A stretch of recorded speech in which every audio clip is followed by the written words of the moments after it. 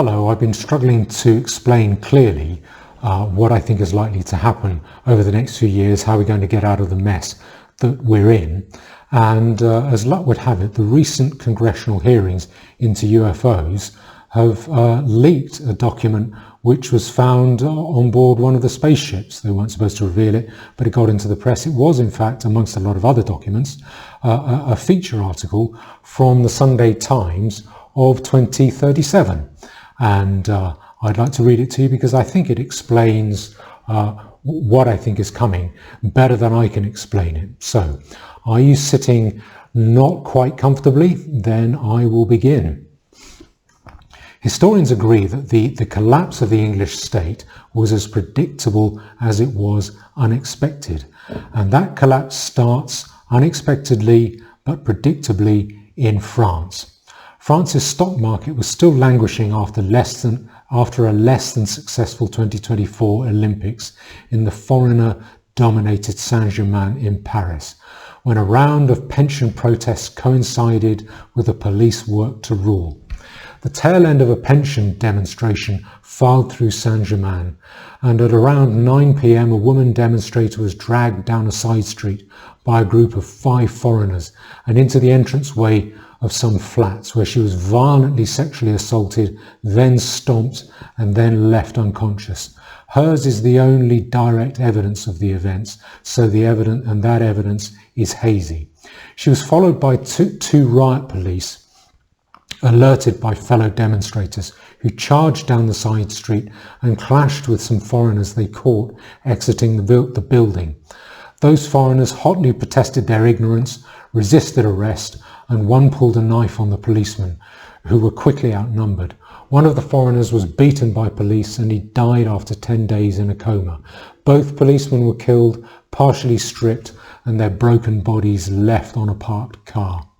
Foreigners duly rioted nationwide, using refitted firework mortars, guns, and the occasional grenade. Police in turn, outnumbered and without confidence in their political masters, ignored orders to minimise the use of force and to minimise arrests. And the running battles that ensued gave government no option but to call in the army, who showed that they had lost none of their toughness and zeal since former colonial skirmishes. There was a run on share prices, banks began calling in loans, French bond prices plunged as interest rates surged, and the widening gap between French and German interest rates threatened the euro. Germany stalled on French demands for euro bonds and quotes concerted action to reduce interest rates. An emergency meeting between the French and German presidents and the president of the European Central Bank asserted complete commitment to the euro and to calming the markets at any cost. But the storm of protest in the German financial press was matched by cries of betrayal in France, which had long been the epicenter of Euroscepticism. Interest rates continued to rise and the French clamoured for government action. So, the following Monday morning, the president announced that France would be leaving the euro and reverting to the franc, hailing a new start for France in 7 days' time, and that franc notes were being distributed throughout the country as he spoke.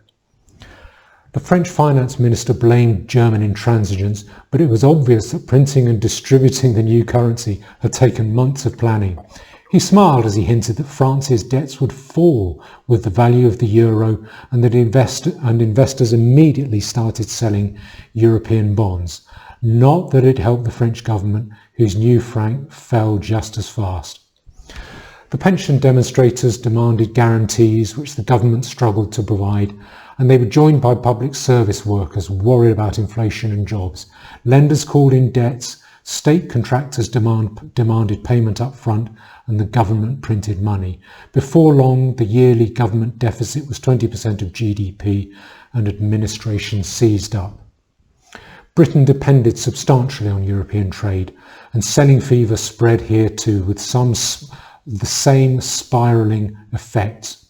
Rising bond yields, lenders withdrawing credit, an accelerating deficit, money printing, and inflation.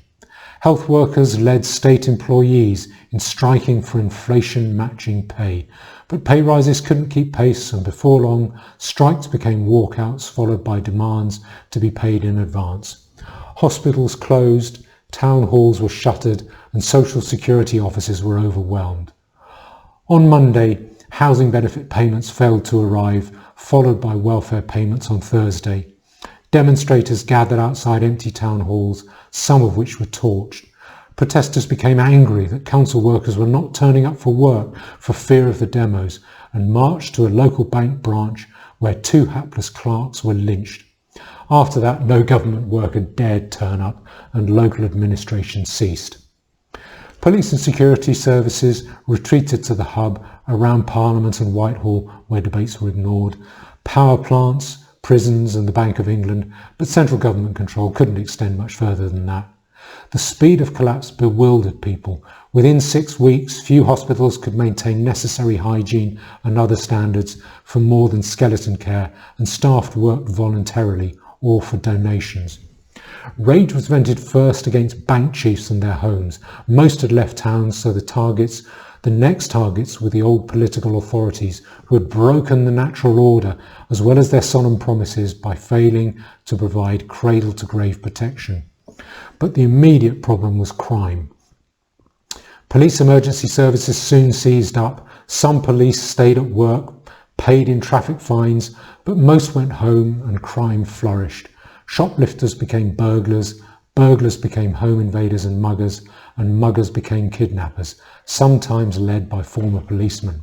Fear of crime gripped people, especially those near foreign populations, which was most people, since the percentage of white British people in London had dropped below 30%. Politics had vanished and crime was everyone's conversation, as gangs who had brought foreign rivalries to London were now free to let imported hatreds loose. This complicated the question of supplying food to 10 to 15 million Londoners, which had never been adequately considered by the former government. Sustained food shortages had seemed so unlikely, and no one had wanted to get fired for speculating that London's vibrancy might be anything but positive for food supply. And now they were finding out. Supermarket lorries were hijacked on entry, and drivers soon abandoned the job. Remnants of the army started to convoy food to distribution points, but soon experienced the demoralising problems they had met with when distributing food in the immediate aftermath of the Iraq War. Armed clans controlled access to food queues, blocked some, allowed repeat queuing by others, and extorted half from those who did collect as a tribal tax. Clan leaders came to exercise similar power over water supply, gas and electricity, and some residents responded by lighting indoor cooking fires with predictable results. Diversity was now a byword for chaos and menace. Army officers tried to learn about it online as best they could. They read from an old Evening Standard article from 2012 about, quote, 270 nationalities and 300 different languages, how a United Nations of workers is driving London forward. Ensuring that London's economy gets the immigrant labour it needs is a key challenge for the city. That's why Mayor Boris Johnson has been robust in his criticism of the government's plan for an annual cap on the number of non-EU migrants, an illiberal move heavily criticised by business leaders. So the policeman crawled over Google to learn that there were 22 different Albanian ethnicities, from Serbs to Greeks to Balkan Egyptians, who might fight each other as much as anyone else. And they crawled over Wikipedia to learn that there is no agreement on the clan and sub-clan structures in Somalia. But the one thing the soldiers immediately learned was that clan rivalries were put aside when they tried to intervene. Ethnic British people in London, or who remained in London, fared worst, unused to mafia violence and perceived as those from whom turf was to be wrested. Muslim areas treated them particularly sadistically. Widely shared footage of one laughing gang showed the pitiful death of an old lady who had just been shoved out of her flat while handing over her purse and explaining that she had lived there all her life, would die rather than move, and that her best friend was one of you people. Against this backdrop, fear of crime rose to almost to panic among English populations in the outlying suburbs. Ad hoc militias of football fans patrolled, or rather muscle-flexed, in the streets, but they were ineffective and occasionally proved almost as predatory themselves. So it wasn't long before parish and town hall meetings set up subscription-based volunteer security patrols among ethnic English populations. £10 per week per household, and your property was included on the protection list. One thing recent historians now agree on is that this mundane step, taken in yellowing parish halls around the country, some of them still with portraits of the Queen on the walls, was the turning point. Subscriptions proved remarkably inclusive, with entire neighbourhoods signing up, partly out of social pressure, but partly because they quietly feared being outlaws, of the mercy of their next door neighbours. The past few weeks and months had made people wonder who might do what if unleashed by the law. And the wording of these security contracts evolved fast because they were such an effective and cheap way to avoid crime. People's dearest wish was to avoid the fate of London, which they saw every day in some viral atrocity video or other. Everyone seemed to have a story about multicultural crime and was adamant about avoiding it now. Many openly demanded that only English people be allowed to join their security group, with others specifically barred. Who had been a multiculturalist in the first place? Not me, mate. The security committee hesitated at so racist a move and were quickly replaced by a dissenting neighbour who set up his own rival security system. It included a contractual term relating to, quotes, qualifications for acceptance, which simply meant that the committee had to be satisfied that an applicant was of British extraction before accepting him as a customer. This was a problem because if left outside of a security contract, you were unprotected and fair game, no joke given what was happening so close by in London. Those few who refused such segregation on inclusionary principle found themselves in a tiny minority amid all the multiculturalism, paying higher subscriptions to police higher levels of crime, which they were the targets of. So they soon decided to change tactics and fight the evil of English segregationism from the inside. So a kind of population exchange occurred. Foreign populations found themselves preyed upon by indigenous British youths, sometimes egged on by their parents, and they either returned to their ancestral homelands or rejoined clans and co-religionists within London. British Londoners flocked to the safe areas outside with their security patrols, laws and courts, as did money, confirming itself a coward. The next issue was what to do with criminals when they were caught. Patrolmen didn't want to be on the spot corporal punishers, and people feared arbitrary arrest and beatings from the man with the blue cap and the nightstick. So a code of laws was quickly added, cannibalising old laws. Subscriptions rose to £12 per week, and a few of the many out-of-work judges were hired, along with makeshift prisons. These were more like work camps where prisoners laboured to recompense their victims. Whether it was the exclusion of foreigners or the toughness of the work camps, crime was soon suppressed. Research historians suggest that criminals' main fear was being refused re-entry into English society after serving their sentence, which could mean banishment to the Badlands as outlaws. In hindsight, it is remarkable how fast these old areas merged to form a ring of prosperity and calm around the fierce vendetta rule within London, where the basics of life were fast running out. The boundary of these foreign areas was clearly marked and soon policed by snipers on the English side, deterring escapees from the foreign areas. The snipers quickly acquired celebrity reputations, able to make money from helmet cam footage of shots fired. One sniper patrol was accused of provoking a major foreign breakout from London just before Christmas through a series of religious provocations involving farm animals smeared with sow's urine and then feigning absence by leaving a car with its doors open and pretending to have a drunken party. Footage of the resulting havoc was christened the Ealing Hosedown and sold well.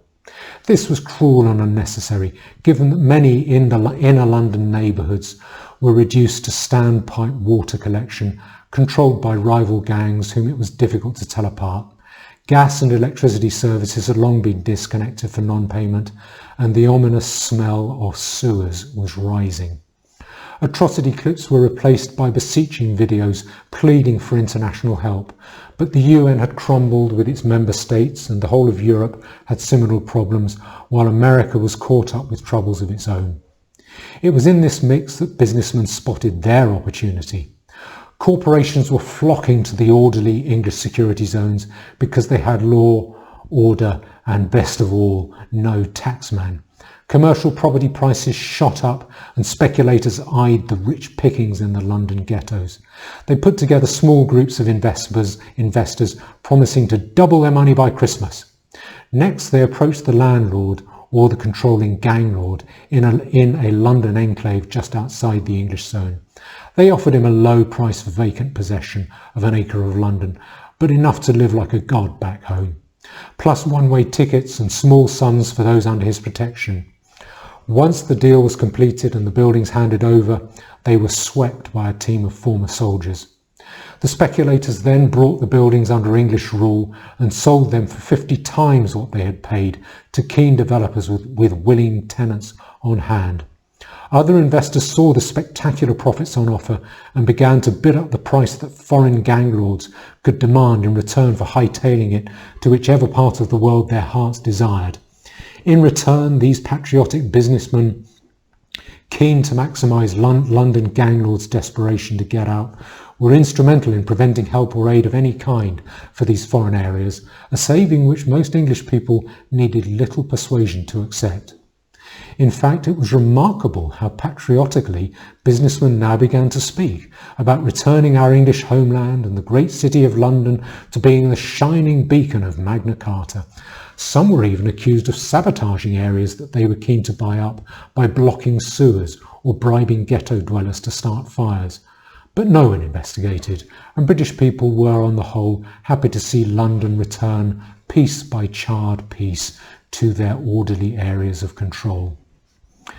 There was much rebuilding to do, but some said that it had been all worthwhile given the rush of money to recovered areas of London.